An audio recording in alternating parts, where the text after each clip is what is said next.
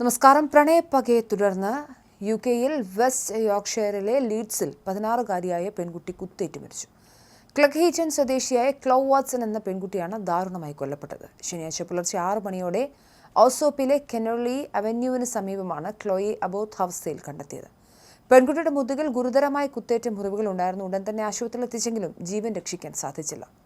സംഭവവുമായി ബന്ധപ്പെട്ട് 2 യുവതികളും 2 യുവാക്കളും ഉൾപ്പെടെ 4 പേരെ പോലീസ് അറസ്റ്റ് ചെയ്തു. 18 വയസ്സുള്ള 2 പെൺകുട്ടികളും 17-19 വയസ്സുള്ള 2 യുവാക്കളുമാണ് പിടിയിലായത്. ഇവരെ നിലവിൽ പോലീസ് ചോദ്യം ചെയ്തു വരികയാണ്. ഒരു ആൺകുട്ടിയെ ചൊല്ലിയുള്ള തർക്കമാണ് ക്ലോയുടെ കൊലപാതകത്തിൽ കലാശിച്ചതെന്ന് പെൺകുട്ടിയുടെ ബന്ധുക്കൾ ആരോപിക്കുന്നു. ക്ലോയുടെ കസിൻ ഷാന്തൽ സോഷ്യൽ മീഡിയയിലൂടെ പങ്കുവച്ച കുറിപ്പിലാണ് പ്രണയപ്പകയാണ് കൊലപാതകത്തിന് പിന്നിലെന്ന് വെളിപ്പെടുത്തിയത്. വെറും 16 വയസ്സ് മാത്രം പ്രായമുള്ള ക്ലോയുടെ ജീവിതം ഒരു ആൺകുട്ടിക്ക് വേണ്ടിയുള്ള തർക്കത്തിനിടെ ഒരു നിമിഷം കൊണ്ട് ഇല്ലാതാക്കിയെന്നും ഷാന്തൽ പറയുന്നു. പ്രദേശത്തെ താമസക്കാരനായ വെയ്ൻ മാലോസ് എന്ന 64-കാരൻ പെൺകുട്ടിയെ രക്ഷിക്കാൻ ശ്രമിച്ചെങ്കിലും വിഫലമായി.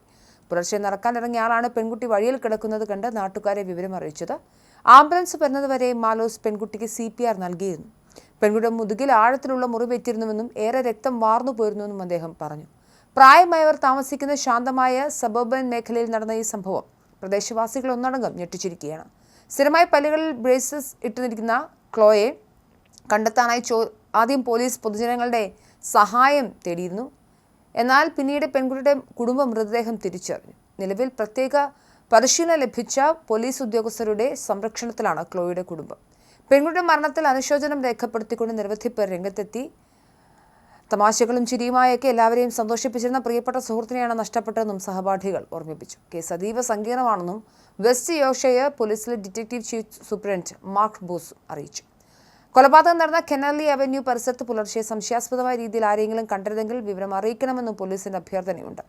ക്ലോയുടെ അമ്മയും 2 ഇളയ സഹോദരങ്ങളും വലിയ ആഘാതത്തിലാണ്. പെൺകുട്ടിയുടെ കുടുംബത്തിന് സഹായം നൽകുന്നതിനായി ഓൺലൈൻ വഴി ധനസമാഹരണവും ആരംഭിച്ചിട്ടുണ്ട്. ലീഡ്സിലെ ഈ കൊലപാതകത്തെക്കുറിച്ച് വെസ്റ്റ് യോർക്ക്ഷയർ പോലീസ് അതീവ ജാഗ്രതയോടെയാണ് അന്വേഷണം മുന്നോട്ട് കൊണ്ടുപോകുന്നത്.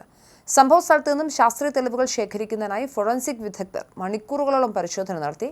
അറസ്റ്റിലായ 4 കൗമാരക്കാരും പെൺകുട്ടിക്ക് പരിചയമുള്ളവരാണോ എന്ന കാര്യത്തിൽ പോലീസ് ഇതുവരെ ഔദ്യോഗിക സ്ഥിരീകരണം നൽകിയിട്ടില്ലെങ്കിലും പ്രാദേശികമായി ലഭിക്കുന്ന വിവരങ്ങൾ സൂചിപ്പിക്കുന്നത് ഇവർ തമ്മിൽ നേരത്തെ തർക്കങ്ങൾ നിലനിന്നിരുന്നു എന്നാണ്.